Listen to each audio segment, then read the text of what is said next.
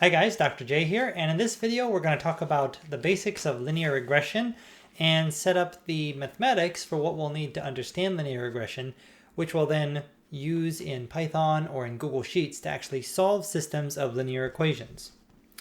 Now at the very basic level, I've got a scatter plot here with an x variable and a y variable. And you can see I've got some scattered data points. And what I want to do is be able to fit a line to those data points. And again, this is at the very basic level, but in more general terms, we might just have some data, some set of features or data sets that we want to fit a model to, whether that's a straight line model or perhaps a quadratic, some other polynomial model. We could fit sines or cosines. In multiple dimensions, we could fit planes, or there are any number of models that we might want to fit to data. In this particular example, we're doing a simple straight line fit to some scattered data points. Now, of course, this should be familiar to you. The equation of a straight line is just y is equal to mx plus b, where y is our y-axis data, of course, x is the values on the x-axis, and m is the slope of the straight line that we're going to fit, and b is the y-intercept. So in this equation, we have two knowns and two unknowns. So x and y are both known in this case, and we're going to try and fit those with a straight line. And then the unknowns that we're going to adjust or tweak or tune to try to fit this line to the data are the slope m and the y-intercept b.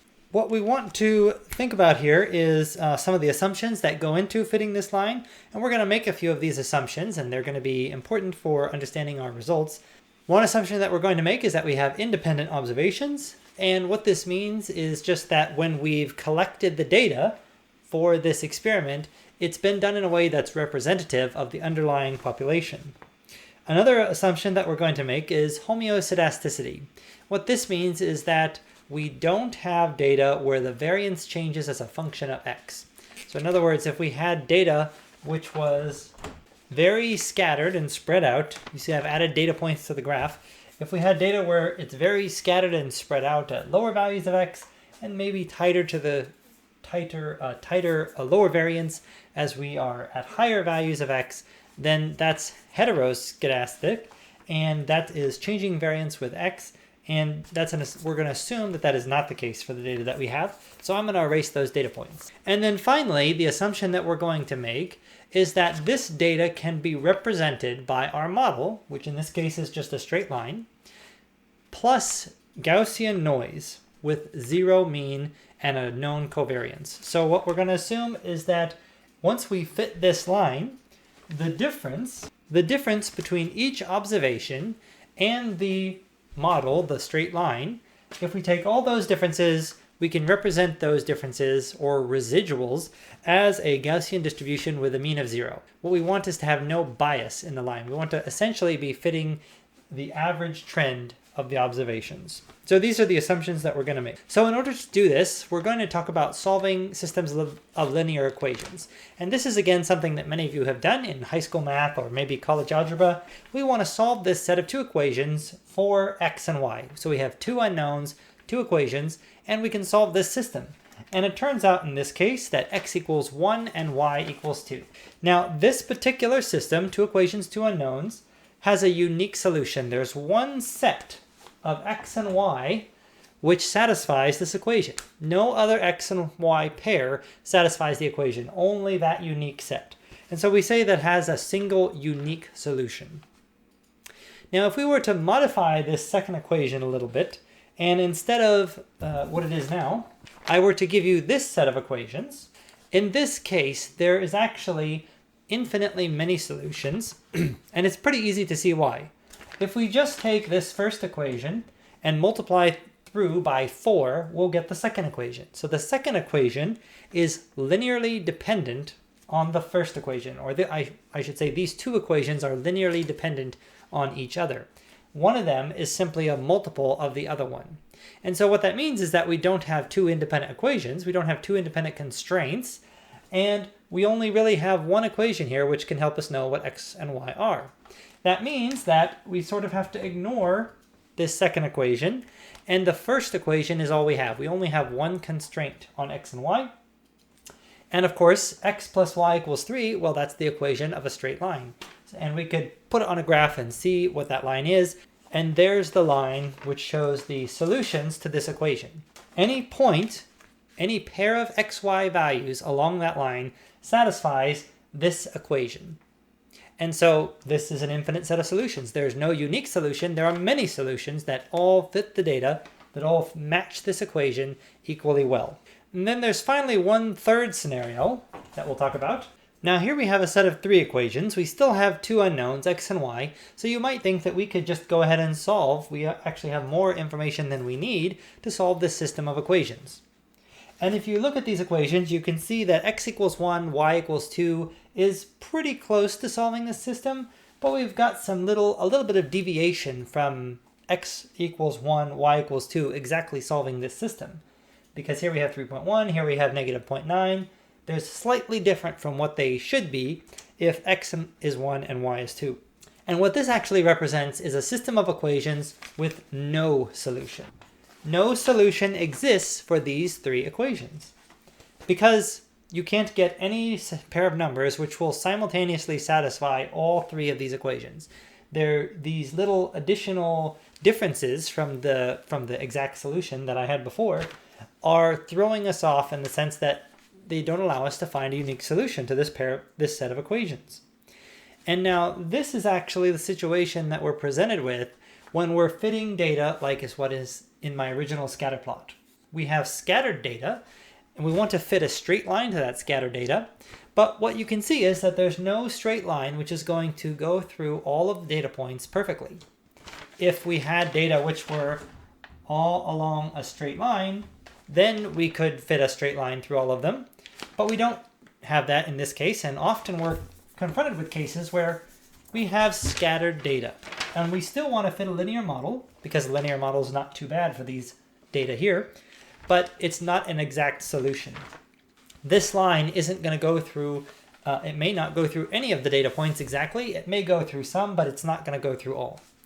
And so this is the situation where we have no unique solution, and we want to find something which is the best solution in some sense. So what does it mean to have a solution which is best? Well, it means that it somehow represents the data as well as possible and minimizes something. And that something that we're going to talk about is the least squares criteria. Let's go ahead and define that now.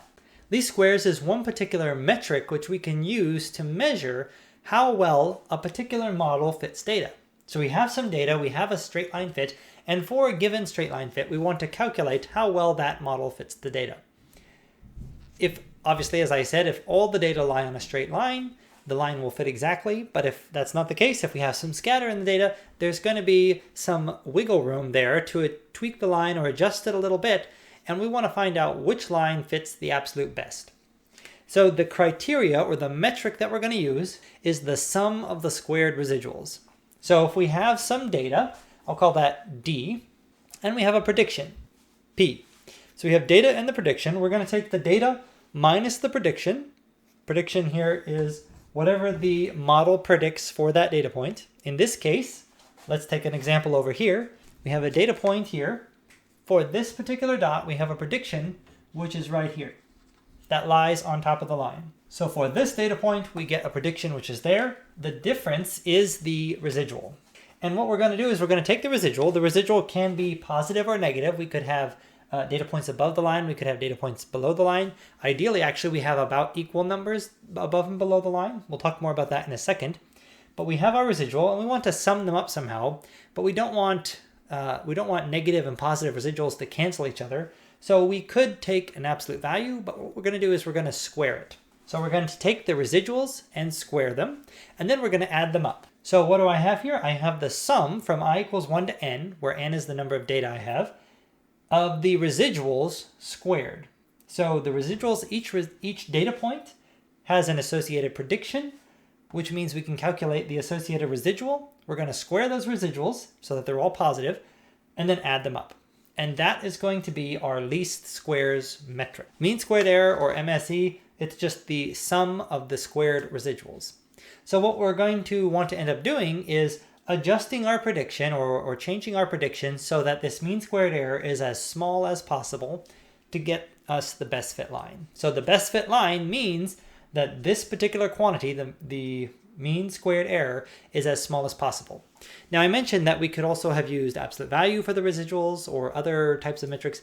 Those other types of metrics, especially absolute value, has a whole nother set of techniques and methods that go along with that. So we're not going to talk about that in this particular lesson, but that's something that you can keep in mind for the future. You can also take the absolute value of this, and that'll be a different kind of method. So we have our metric that we're going to use to measure misfit. We have the idea now that we're going to be finding the best fitting solution in a least square sense, the best fitting solution, the best fitting prediction, I should say, for our model, given the observations that we have. And now how are we going to actually find what that model is? To do this, we're going to just recognize for a minute that our data over here, we can write it as a system of equations. Y1 and X1 are just simply associated with the first data point. And then we could go to the second data point. And we can do the same thing for every single one of the data points, where we have n data points. And now we have our full system of equations. This is kind of like what I showed a moment ago with the 3 equations. Now we have n equations. We have still 2 unknowns. We want to find a single slope and a single b for this whole set of equations that's going to best satisfy all of the equations. So we've got n equations. We want to satisfy all n equations. We're not going to satisfy any of them exactly, but we want to satisfy them all as best as we can. And again, best meaning we're going to try to minimize the mean squared error. So we can think about this now, this system of equations, as a linear matrix vector system. Now I haven't talked about matrix vector systems yet, so let's talk about those just briefly. We can put all of the left-hand side of the equation here into one big vector. And a vector is just simply a set of numbers. If we had, let's say, a position in xy space, that can now be represented as a vector. So we have 2 numbers, and we typically use brackets to show that they go together. This is now a vector. We can do more than vectors of just length 2, x and y. We could have x, y, and z. Or we could have even higher dimensions. In our case, we're actually going to have an n-dimensional vector. So I've got here on the board a few examples of vectors and matrices. You can see here a vector v, which has 3 elements in it. So it's a length 3 vector, 1, 2, 3, on a few different matrices. So a matrix is simply a vector with some additional columns, or I should say it's like a vector, but it has more than one column in it. So here's a matrix A, and the way that we denote these is I'll use a capital letter A or a capital letter to denote a matrix, and I'll use a lowercase letter to denote a vector, and I'll use one line either above or below the lowercase letter to show that it's a vector, and I'll use 2 lines below a capital letter to show that it's a matrix.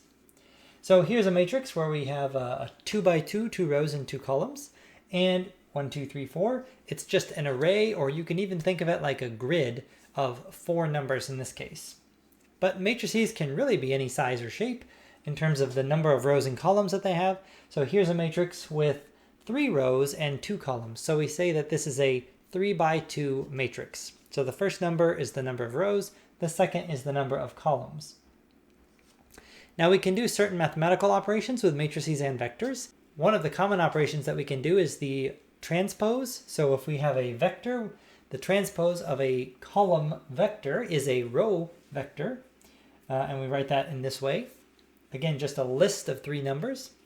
And we can take a matrix transpose as well. And the transpose of a matrix is simply kind of reflecting the matrix around the diagonal. So you can see the diagonal here. That's the diagonal of a matrix.